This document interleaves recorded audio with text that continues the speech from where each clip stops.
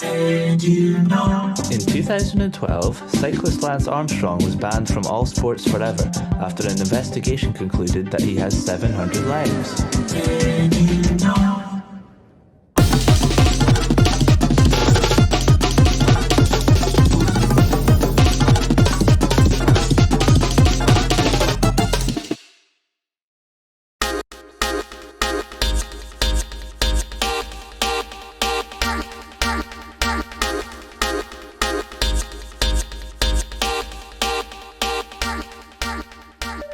My name's Simon. I'm part of Projectile Vomit TV, which is it's a collective of artists, musicians, video makers, animators, prop makers. Simon Jones, welcome! Hello, thanks for having me. We all do multiple roles within the group and within what we're doing. So I make music, do some camera work, do editing, do special effects, and then like everyone else is kind of doing multiple roles as well. Coming up on today's show, we've got some very wavy music including Finnish YouTuber Lose His Mind, something weird from Russia about drilling a hole. Originally, we started out as myself and Michelle, one of the other people in the group. So we were interested in doing projection mapping, stage sets and visuals at live gigs. Are they doing screenings via their Instagram, aren't they? Yeah, George Moore's done a few things for them. Yeah. Just get them to give us all their passwords for 10 minutes. And we'll just rebrand it. Make sure you put that on the wall. We've been interested in setting up like a kind of TV station type of thing for quite a while. So, I mean, this was about maybe like 6 years ago or something we started working together. But then we've wanted to do some kind of TV station kind of thing for a few years, but we've just never had the time because we've always been busy working on gigs. So now that there are not really any gigs, it's the perfect time to actually do it. I guess this is the space we're in most of the time. We've got a green screen set up here. This setup is from, we had a chemtrail party mix takeover.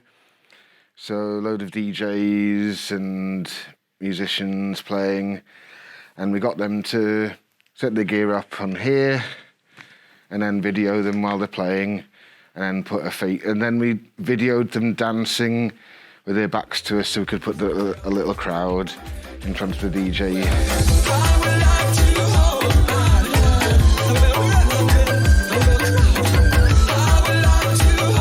So the building, it's the Central Liverpool Credit Union, and they've been looking to, because they've actually shifted just up the road, up Park Road, and they've been looking to make this into a kind of community hub and like a creative resource centre for the local community. You know, it's quite a poor area and there aren't a lot of opportunities for a lot of people, so but it's quite a strong community at the same time. So they want somewhere that people can come together but also learn skills that they wouldn't get chance to do and be able to access resources that they wouldn't get a chance to do. So Rhonda and Nat, who are both in part of Projectile Vomit TV, they've got their own things in other bits of the building as well. So there's Dingle Community Print Room that Rhonda and Michelle run. And then Nat runs a dementia-friendly radio station from here as well. So bit by bit, because we all have our own little projects outside this as well, some of those projects came in first, and then And then the thing that we all do together came in as well. The Hiders crew. I saw Boris down the road, sticking his dick in a packet of crisps. I saw Boris down the road, sticking his dick in a packet of crisps. We want to be able to have a space where we can create stuff that we like doing. So before this, we were mostly working at music venues, and there was a long period of quite a few years where just venues kept going closed down, gentrification of the city centre, 1 million student flats coming up, and just anything to do with underground culture just getting pushed out of the city centre and even just out of the city full stop. But first, a dangerous new teenage trend. It's being called binning. Yes, teenagers are giving oral sex in exchange for hiding Osama bin Laden. We'd also like to be able to have a space because it will start to enable us to make more money out of it. So a lot of us have got other jobs that we have to do to support ourselves, but then also to be able to take what we know and what we've got. I mean, yous have got much better equipment than we have. A lot of our stuff is shot on mobile phones. Yeah, that makes sense, because it's like, the grand's not shitloads of money anyway, so it's like, let's get some useful stuff so we can get going. At the moment, we're all totally voluntary. None of us get paid for this. We did get a residency from Metal Culture. They gave us £1,000, which is not a lot of money, but it was enough to get us started. There's a few things we needed for streaming. So, for example, we've got a Restream account that enables us to stream to multiple sites at the same time and stuff like that. So there's quite a lot of expense in just setting up ready to stream shows.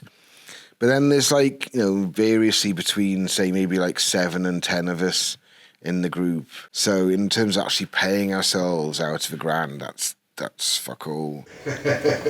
Looks a bit like Jabba the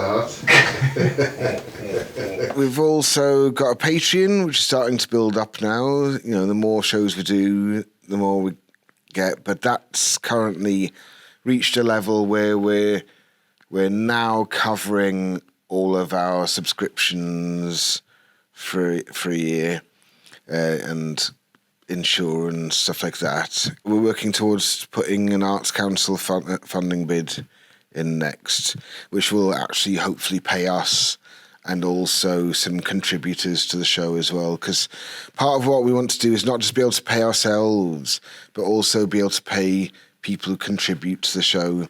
It's going to take a while to build up to that, but it's quite important because, especially if you have very few resources, even just a little bit of money helps to make what you're doing sustainable. And once it's sustainable, then you can start to build up to the point where you can actually think about earning a living out of it. It's a very lonely time for a lot of people.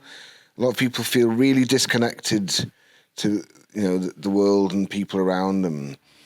And people want something that's going to help connect them to each other, and hopefully we can be part of that, and that's part, yeah.